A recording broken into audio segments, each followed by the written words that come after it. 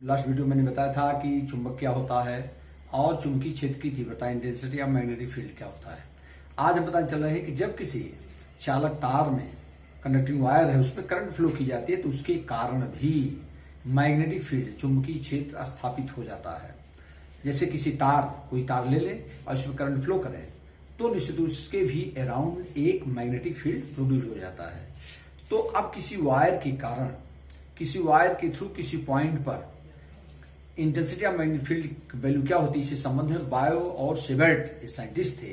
इन्होंने मिक्स्ड इन दोनों ने मिल करके एक नियम दिया जिसको हम बायो सेवर्ट लॉ कहते हैं। इस लॉ में क्या होता है, कोई एलिमेंट्री लेंथ का कोई वायर हो, बहुत स्मॉल लेंथ का एलिमेंट्री करंट मान के चलो कि स्मॉल लेंथ के कारण किसी पॉइंट पर इंटेंसिटी ऑफ मैग्नेटिक फील्ड क्या होता है, चुंबकीय क्षेत्र की तीव्रता क्या होती है। डायरेक्शन ऑफ मैग्नेटिक फील्ड मैंने बताया था। मैग्नेटिक फील्ड होता क्या है, मैग्नेटिक फील्ड किसी मैग्नेट के अराउंड वह स्पेस जहां पर उसका मैग्नेटिक इफेक्ट जितने एरिया तक रहता है, मतलब मैंने बताया है कि जहां तक किसी दूसरे मैग्नेट पर वो फोर्स अप्लाई करता है। जैसे मैग्नेट में दो पोल होते हैं, नॉर्थ और साउथ। नॉर्थ के बीच रिपल्सन फोर्स होता है, साउथ के बीच सेम पोल अगर है रिपल्सन होगा, अपोजिट पोल्स है तो अट्रैक्शन होता है। तो एक मैग्नेट अगर हमने लिया है तो इसका कुछ एरिया तक इफेक्ट रहता है जहां तक ये दूसरे मैग्नेट पर फोर्स अप्लाई करता है, तो ये मैग्नेटिक फील्ड होता है। और मैग्नेटिक फील्ड इंटेंसिटी क्या होती है सब बताया गया, जिसको बी से हम डिनोट करते हैं मैग्नेटिक फील्ड इंटेंसिटी। कि किसी मैग्नेटिक फील्ड में परपेंडिकुलर लंबवत एकांक लंबाई के धारावाही चालक में 1 एम्पीयर की विद्युत धारा प्रवाहित करने पर उस पर जितना बल लगता है उसे उस बिंदु की क्षेत्र की तीव्रता कहते हैं मैग्नेटिक फील्ड। तो अब कोई बायो सेवर्ट लॉ जो है, किसी अल्पांश लंबाई के धारावाही चालक के कारण किसी बिंदु पर चुंबकीय क्षेत्र की तीव्रता की वैल्यू क्या होती है, इसी के बारे में आज हम बताने चल रहे हैं। बताया बायो सेवर्ट लॉ में, जैसे मान लीजिए कोई एलिमेंट्री लेंथ का कोई वायर है, ये कोई वायर है, इसमें करंट फ्लो हो रही है आई, और इसके कारण इसमें हमने कोई छोटा सा लेंथ इस वायर का ले लिया, एक एलिमेंट्री लेंथ जिसको बोलते हैं, जिसमें छोटी सी करंट जा रही है, तो इसको हम कहते हैं डीएल लेंथ है ये हमारा जो है। इसके कारण किसी पॉइंट पर हमको ज्ञात करना है, इससे आर दूरी पर स्थित कोई बिंदु P है जहां पर हमको चुंबकीय क्षेत्र की तीव्रता ज्ञात करना, इंटेंसिटी ऑफ मैग्नेटिक फील्ड। अब जरा ध्यान दीजिए, ए एंगल हम मान ले रहे हैं थीटा है। जैसे कोई वायर है और इसमें करंट फ्लो हो रही है तो इसमें जो मैग्नेटिक फील्ड का डायरेक्शन होगा यूं होगा, ऐसे घूमता हुआ जाएगा। तो इधर होगा अंदर की तरफ और इधर होगा बाहर की तरफ। तो जैसे यहां पर P पॉइंट लिया है तो इसमें जो डायरेक्शन ऑफ मैग्नेटिक फील्ड होगा DB, ये अंदर की तरफ होगा। हम इसको ऊपर ऐसे डिनोट भले कर रहे हैं लेकिन ये जो है इस अंदर की तरफ होगा, ये यूं होगा। जैसे ये हमारा पॉइंट B है तो डायरेक्शन ऑफ मैग्नेटिक फील्ड इसके अंदर होगा। ऐसे मैंने बताया नहीं कि ये डायरेक्शन ऑफ करंट है तो ये मैग्नेटिक फील्ड का डायरेक्शन ऐसे होगा। तो ये R है। अब जरा ध्यान दीजिए, तो ये जो एलिमेंट्री लेंथ जो DL है, इसके कारण इस P पॉइंट पर चुंबकीय क्षेत्र की तीव्रता intensity of the magnetic field निम्न बातों पर निर्भर करती है। फर्स्ट क्या है जरा ध्यान दीजिए, dB is directly proportional to I।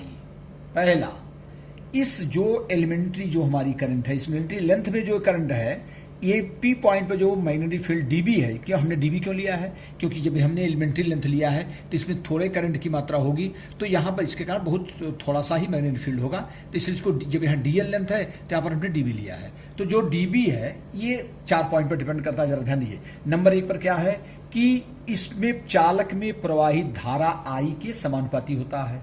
Second क्या होता है, सेकंड ये जो DB है is directly proportional to DL, ये लेंथ के समानुपाती होता है। सेकंड थर्ड हमारा हो गया, जरा ध्यान दो, ये हो जाए। थर्ड जो होता है, ये जो डिस्टेंस है, जरा ध्यान दीजिए, ये जो डिस्टेंस है, अच्छा ये जो एंगल है, ये जो P पॉइंट जो है, इससे इस DL लेंथ से इस P पॉइंट का जो एंगल थीटा है, इसके साइन के समानुपाती होता है, DB समानुपाती साइन थीटा। और चौथा जो मैंने बताया कि DB is inversely proportional to the square of the distance from the wire. ये जो वायर हमारा है इससे इसकी दूरी के वर्ग के इनवर्सली प्रोपोर्शनल होता है 1/r²। ये 4 चीजें हैं। किसी अल्पांश लंबाई, जो हमें अल्प अंश बहुत थोड़ी लेंथ एलिमेंट्री लेंथ अल्पांश लंबाई के धारावाही चालक के कारण किसी बिंदु पर चुंबकीय क्षेत्र की तीव्रता इन बातों पर निर्भर करती है। कौन कौन बातें हैं? नंबर 1, ये जो dB है पहला डिपेंड करती है flow of current, quantity of, ये जो डीएल लेंथ में जितनी करंट है उसके प्रोपोर्शनल होता है, इस लेंथ के प्रोपोर्शनल होता है, और जो ये एंगल बन रहा है, जो ये डीएल लेंथ, इस लेंथ से इस पी पॉइंट का, जैसे मान लिया हमने यहाँ पर लिया होता ये पी पॉइंट होता, ते भी मान लिया होगा, तो ये जो डीएल लेंथ से जो एंगल होगा इसके क्या होता है? साइन के डायरेक्टली प्रोपोर्शनल होता है। और चौथा जो होता है, इस डीएल लेंथ से, इस एलिमेंट्री लेंथ से ये जो पॉइंट इसके बीच की दूरी के वर्ग के स्क्वायर के इनवर्सली प्रोपोर्शनल होता है। जब चारों को एक में मिलाते हैं, इसलिए dB is proportional to I dl sine theta upon R square.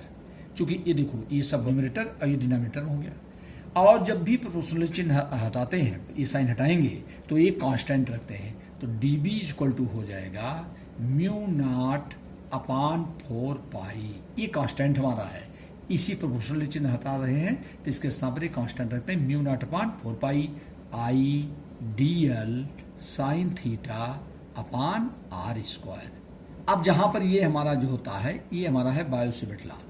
अब जरा ध्यान दीजिए, और जहां पर हमारा जो होता है ये म्यू नॉट अपान 4 पाई, म्यू नॉट अपान 4 पाई एक नियतांक है, और म्यू नॉट अपान 4 पाई, म्यू नॉट अपान 4 पाई इसको होता है 10 पावर -7, 10 पावर -7 न्यूटन प्रति एम्पियर स्क्वायर। ये होता है म्यू नॉट अपान। म्यू नॉट को क्या कहते हैं? Permittivity of magnetic field in free space, इसको कहते हैं चुंबकशीलता, चुंबक से निर्वात की चुंबकशीलता, निर्वात की, जैसे वहां पर होता है एप्सिलॉन नॉट, जैसे तुमने यहाँ इलेक्ट्रिक फील्ड में कैपिटल ई पढ़ा है, उससे मैग्नेटिक फील्ड में हम बी पढ़ते हैं, मैग्नेटिक फील्ड को हम बी से प्रदर्शित करते हैं, और वहां पर कांस्टेंट हमारा है इलेक्ट्रिक में 1/4 पाई एप्सिलॉन नॉट, वहां पर एप्सिलॉन नॉट जो होता है उसको कहते हैं निर्वात की विद्युतशीलता। सेम उसी प्रकार से यहाँ पर म्यू नॉट जो होता है इसको बोलते हैं निर्वात की चुंबकशीलता, परमिटिविटी ऑफ मैग्नेटिक फील्ड। तो हमारा हो जाएगा इन फ्री स्पेस, तो म्यू नॉट अपान 4 पाई, इसकी वैल्यू होता है 10 पावर -7 न्यूटन पर एम्पियर स्क्वायर। तो डीबी वैल्यू होता है टेस्ला मीटर स्क्वायर अपान, जैसे इसी का अगर हम निकालें, इसकी एक यूनिट और होती है, जैसे न्यूटन पर एम्पियर स्क्वायर हमने लिख दिया, और दूसरी यूनिट इसकी होती है, जरा ध्यान दीजिए, यहाँ पर जब म्यू नॉट की वैल्यू निकालेंगे तो mu nought is equal to, ये हो जाएगा dB into 4 pi into R square upon I D L sine theta. अब इसे यूनिट निकालो, dB को होता टेस्ला, क्या होता है? टेस्ला, आर 4 पाई का इसका होगा नहीं, इंटू हो जाएगा मीटर स्क्वायर, कितना हो जाएगा? आर स्क्वायर है तो मीटर स्क्वायर हो गया, अपान आई का होता है एम्पियर, और इंटू डीएल का हो जाएगा मीटर, ये हो गया, और साइन थीटा इसकी यूनिट होगी नहीं।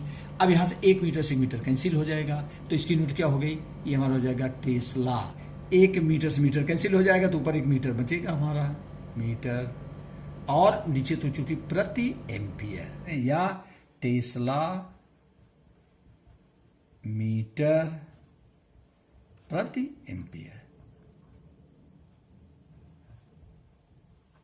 ये हो गया।